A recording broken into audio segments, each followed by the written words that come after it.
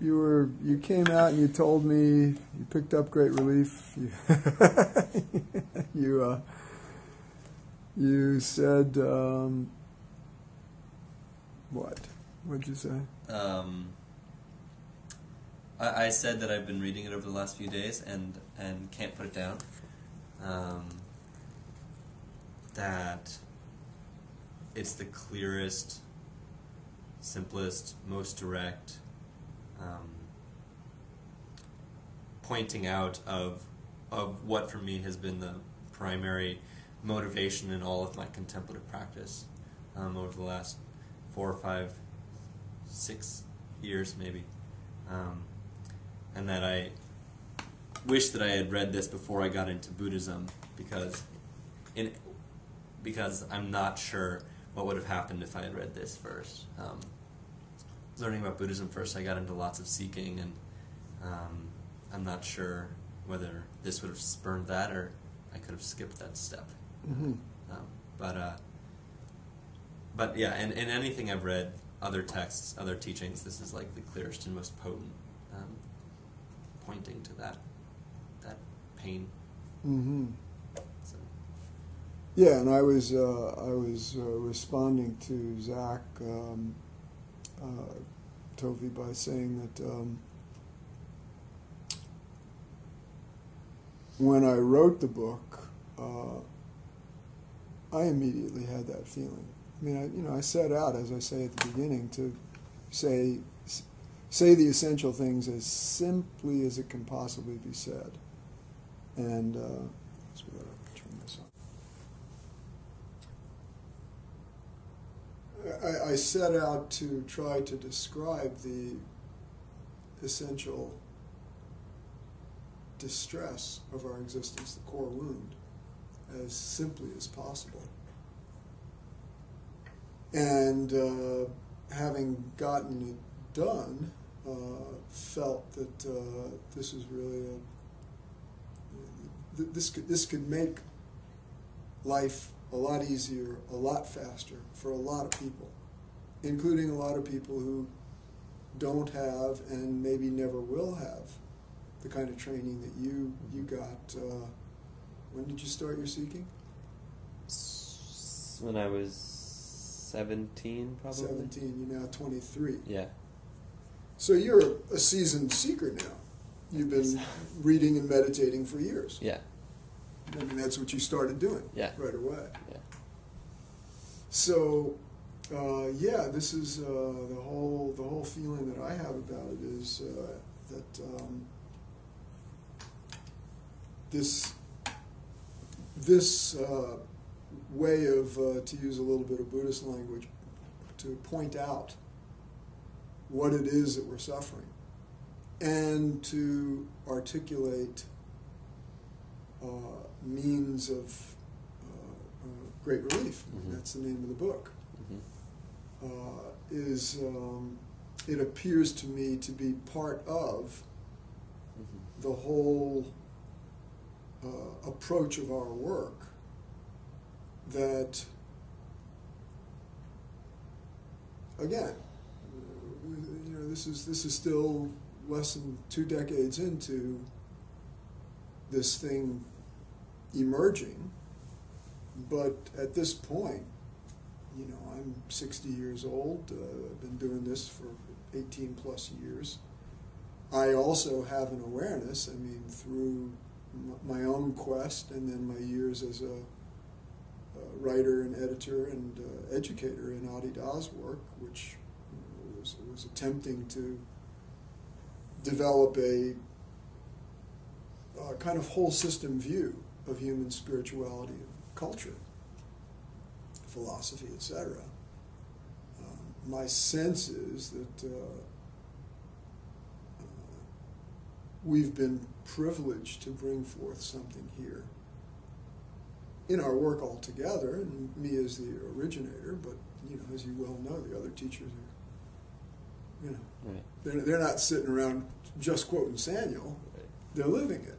They're articulating their own spontaneous, moment-to-moment recognition of this profound degree.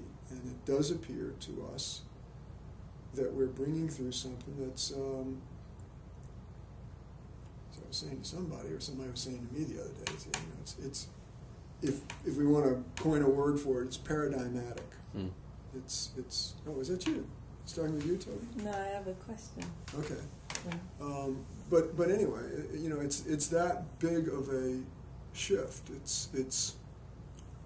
It's really, it's not spirituality. Uh-huh. It's not simply a refinement of the wisdom that's already out. Uh-huh. It takes things to a different,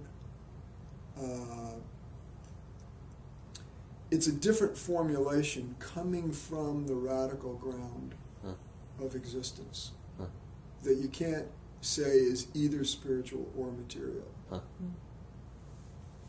Right. It's just from what is, and it's inclusive of everything that is, and it doesn't make anything that exists less real, divine, and important than any other aspect. So, I was saying to you, Zach, that your recognition is something that, some of us now are really, it's wonderful to me out of nowhere. I mean, I didn't even ask you to read the book. I forget how we got around to, getting you a copy of it, but your recognition is kind of like our friends Brian Hudson and Greg Arond in Atlanta, who welcomed Linda and me to come back and do a Great Relief introductory sequence. And as we mentioned the other day, we've come up with a new basic one-day program that I think can be exported all over the world. And the only real missing factor here is people's activated recognition, so that they become impelled to do something with this. Because when that's there, then other people's interest and attention and appreciation and resources will come, money will come, skills will come, the capacity to take this out is there, but it takes that primary passion, of the kind of recognition that you just gave voice to. And I told Zach, Toby a few minutes ago, that many people have expressed great appreciation for this book, but nobody has said quite that. And that's where I've been holding it all this time. So, I'm in this odd position of throwing this thing out there. And, Linda and I were joking about it last night. Ken Wilber agreed to write a foreword for the book. He has a very deep appreciation for it. I don't know if he would agree with your languaging. But he agreed to write a foreword, and he said, don't worry, once I sign on to write a foreword, some publisher, I've never had a book refused, so I was the first. All of the publishers we approached declined, and at the time, I didn't feel at liberty to just place all my bets on Great Relief and send it around to 10 times as many publishers. And, I later heard, I was listening to Ken recently, where he was saying that Spectrum of Consciousness was refused by lots and lots and lots of publishers before he finally found someone to take it. So, the argument could be made back to me, well, if you had just persisted, you would have found someone and things would have changed. But the kind of responses we were getting indicated to us, and we were busy teaching. I mean, we had communities forming all over the world. It wasn't given to me to just do nothing but support Great Relief. And I'd already had enough indication that this teaching was largely unrecognizable by people who aren't, you see, the point in Great Relief is people aren't ready to feel the motivating pain without a fix it or escape it reaction. Uh-huh. You know, that's the standard. You know, here's the diagnosis for what you're suffering. Got it? Good. Here's what you have to do. You know, and you can do something, well, even if it's surrendering to divine grace. Mm-hmm. You can do something, and this will fix your suffering. Mm-hmm. And so most people aren't ready for a no fixing of suffering solution. It's pretty much radically the opposite of what I've been picking up everywhere else. Yeah. You know, and Michael Schwartz gave a good commentary about great relief. Huh. He said he sat down to do a Dzogchen, Uh-huh. you know, very, very serene awareness, being with what is thing. And after reading Great Relief, it struck him like a ton of bricks that he was still operating on this subtle motivation to make it go away. And that's what we take people right into.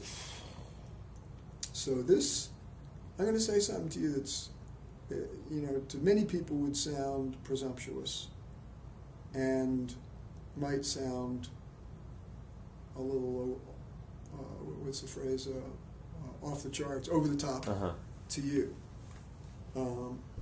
But this is sacred language from adepts to aspirants and apprentices since ancient times. This is what Jesus supposedly said to Peter. In that case, it was a recognition of Jesus himself. And Jesus supposedly said, "This is the rock on which I'll build my church." Well, this is not about a recognition of Saniel. This is about a recognition of liberating not only teaching, but also the transmission that even makes that insight possible. And this is the foundation. You're voicing it. You're not the first person who's voiced it, but you're voicing it with a distinctive force of comprehensive insight that if you will pick up the challenge here and make much of this, you will be able, and others, Toby and whoever else, you know, has the impulse. I mean, you know, what we're looking for is people who wake up in the morning with, what can I do today to make this happen? How can I further this today so that others can experience this truly great relief, which, however, requires a certain depth and capacity to be with that underlying distress without jumping toward, okay, what's the practice? What do I do? How do I get over it?